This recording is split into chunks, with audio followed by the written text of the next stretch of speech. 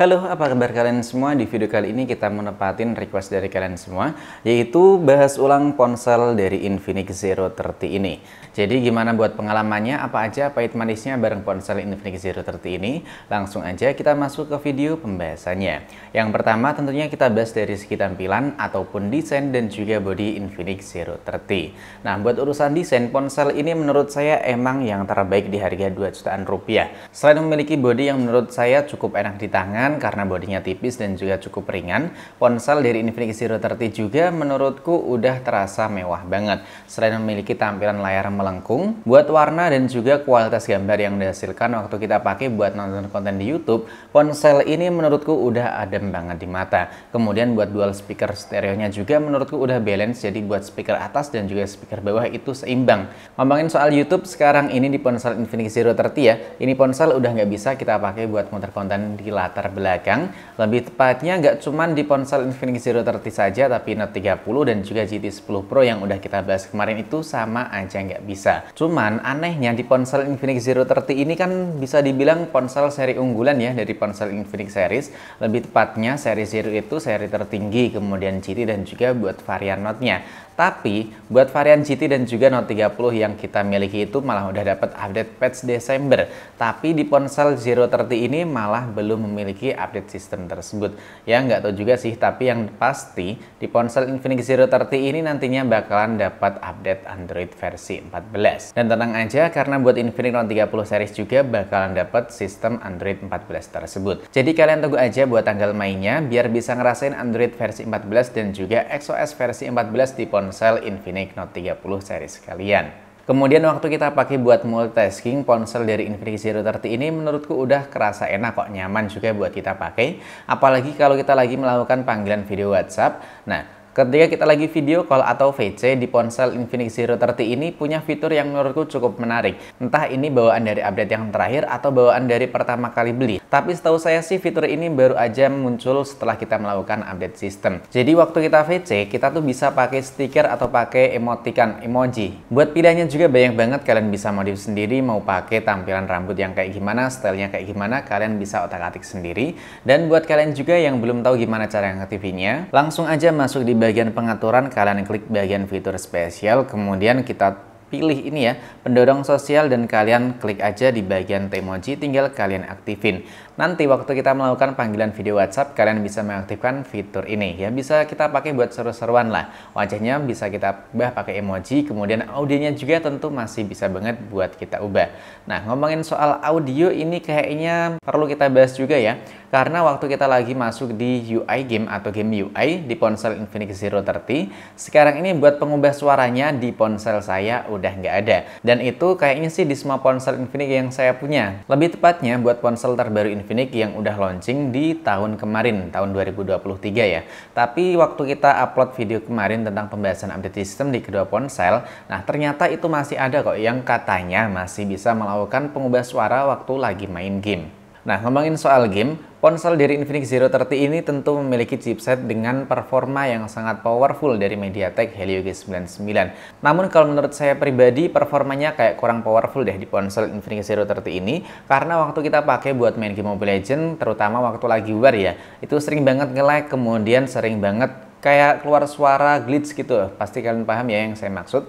Karena waktu kita rekam, sayangnya nggak muncul, nggak keluar tuh suara glitchnya. Tahu aja kalau lagi direkam ya, lagi didokumentasiin. Selain itu, ponsel dari Infinix Zero 30 ini juga kemarin sempat ngalamin stuck di 60 fps. Nggak cuma di bagian gamenya aja, karena waktu itu kita minimize, kita masuk di bagian pengaturan, kita pakai buat scroll-scroll, kita tampilin buat fps-nya pakai opsi developer ya. Itu ternyata yang muncul cuma 60 fps doang, lebih tepatnya stuck di 60 fps. Udah kita otak-atik di opsi developer juga buat FPS-nya ternyata masih sama aja. Kita restart juga ternyata masih sama aja. Kemudian kita taruh di meja, kita diamin, kita biarin, kita main game pakai HP satunya. Nah, tiba-tiba waktu kita pegang, kita cek lagi, FPS-nya udah balik normal. Entah ini bug system atau gimana, kalau menurut saya sih kayaknya bug system ya. Ya, semoga aja di update selanjutnya bugnya makin dikurangin, makin minim lah intinya buat bug yang dimiliki di ponsel Infinix Zero 30 ini. Dan fiturnya makin canggih, makin sangat menguntungkan bagi kita semua. Yaitu sih harapan saya, dan tentunya harapannya ya makin bagus aja lah buat produk dan juga UI-nya. Gak cuma Infinix tapi berbagai brand yang ada di Indonesia. Karena nantinya konsumen juga yang bakalan diuntungin. Dan selama kita pakai buat main game Mobile Legends pakai mode normal, FPS rata-rata yang dapetin itu ada di kisaran 78 FPS. Kemudian waktu kita ubah pakai mode Game Pro, FPS-nya sedikit menurun di 76 fps dan suhu di bagian layarnya tergolong cukup tinggi, bisa nyampe 43 hingga 44 derajat Celcius. Dan buat durasi permainannya itu ada di kisaran 52 menit. Dan selama 52 menit permainan, baterai yang terkuras di ponsel Infinix Zero 30 ini menurut saya cukup awet atau tergolong awet banget, karena buat baterainya itu cuma turun di 16%. Kalau menurut saya pribadi sih ini tergolong awet ya, karena dengan kapasitas di 5000 mAh. Dan buat pengisiannya menurutku sih udah cepet banget ya, karena masih jarang banget ponsel di rentang harga 2 jutaan dengan pengisian cepat di 45 watt. Dan buat SOT-nya ponsel Zero 30 yang kita pakai ini waktu kita tes dengan penggunaan normal, maksudnya nggak kita geber buat main game dan nggak kita geber buat sosial media full satu harian. Ini SOT yang saya dapetin ada di 7 jam lebih 47 menit dengan sisa baterai di 12%. Dan buat pemakaiannya kita pakai buat nonton konten TikTok atau kita scroll-scroll TikTok itu selama 3 jam. Kemudian pakai Shopee hampir 2 jam dan main game Mobile Legends kisaran 46 menit. Sisanya tentu ponsel ini cuma kita pakai buat WhatsApp atau nganggur. Dengan penggunaan TikTok di 3 jam, kemudian main Shopee hampir 2 jam, dan juga main game di 1 jam, ini menurutku sih udah sangat awet banget. Kalau menurut kalian sendiri gimana nih dengan kapasitas baterai atau SOT yang saya dapetin? Ini buat screenshotnya bisa kalian perhatiin lagi. Dan selanjutnya tentu di bagian segmen fotografi atau di bagian kamera Infinix Zero 30 ini.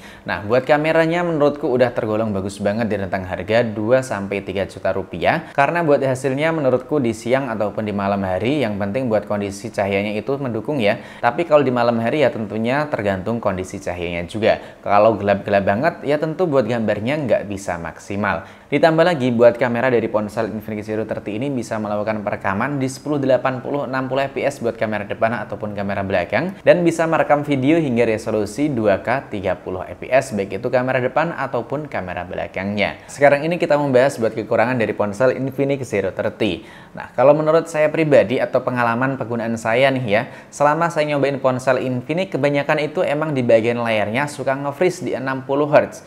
Tapi di ponsel Infinix Zero 30 ini saya baru nyadar kemarin, baru nyadar 1 kali doang. Entah kalau unit kalian atau pengalaman kalian sendiri gimana, tentunya pengalaman orang kan beda-beda. Intinya kita sharing-sharing aja di video kali ini. Kemudian kekurangannya kalau menurut saya sih ini buat layar atau ponselnya emang udah enak digenggam ya. Cuman terlalu panjang aja gitu kalau menurut saya. Ya meskipun buat selera orang itu tentu berbeda-beda ya kan. Dan buat kekurangan selanjutnya di ponsel Infinix Zero 30 ini, menurutku di bagian performanya yang nggak bisa powerful. Tadi udah kita sebut ya, buat performanya itu sering nge-lag dan juga sering ngalamin kayak suara glitch gitu. Karena buat main game saya sendiri lebih sering milih Infinix Note 30 dibanding Infinix Zero 30 ini. Jadi buat kesimpulannya ya, ponsel ini worth it aja, bisa dibilang worth it banget malah. Tapi dengan catatan buat kalian yang nggak terlalu ngutamain performa ataupun bermain game di ponsel Infinix Zero 30 ini. Tapi kalau cuma mainnya sekali 2 kali doang atau main game cuma di waktu luang, nah ini ponsel tentunya langsung aja kalian sikat, karena buat linknya udah kita siapin deskripsi pada video ini. Yang penting tuh kalau beli ponsel ya sesuai dengan kebutuhan, sesuai dengan keinginan aja, biar nggak kecewa. Percuma kalian ngedepanin buat performa tinggi ataupun buat kamera bagus tapi kalian sendiri nggak terlalu butuhin fitur tersebut. Ya misalnya kalian butuhin performa tinggi tapi tergiur dengan ponsel yang desain atau tampilannya itu cakep, kan percuma. Selain itu misalnya kalian tanya ke orang yang ya menurutku kayak kurang tepat gitu ya. Ya misalnya kayak kalian butuhin soal kamera ataupun perekaman video tapi disodorin ponsel dengan performa tinggi, tapi kameranya ya agak kurang atau biasa aja, bisa aja nanti kalian malah kecewa. Intinya kalian kalau mau beli sesuatu itu pastiin aja sesuai dengan keinginan dan juga kebutuhan serta dana yang paling utama. Jadi kalau menurut kalian sendiri gimana? Drop aja pendapat, kritik ataupun saran kalian di kolom komentar. Sampai di sini dulu buat video kali ini, sampai jumpa lagi di video selanjutnya.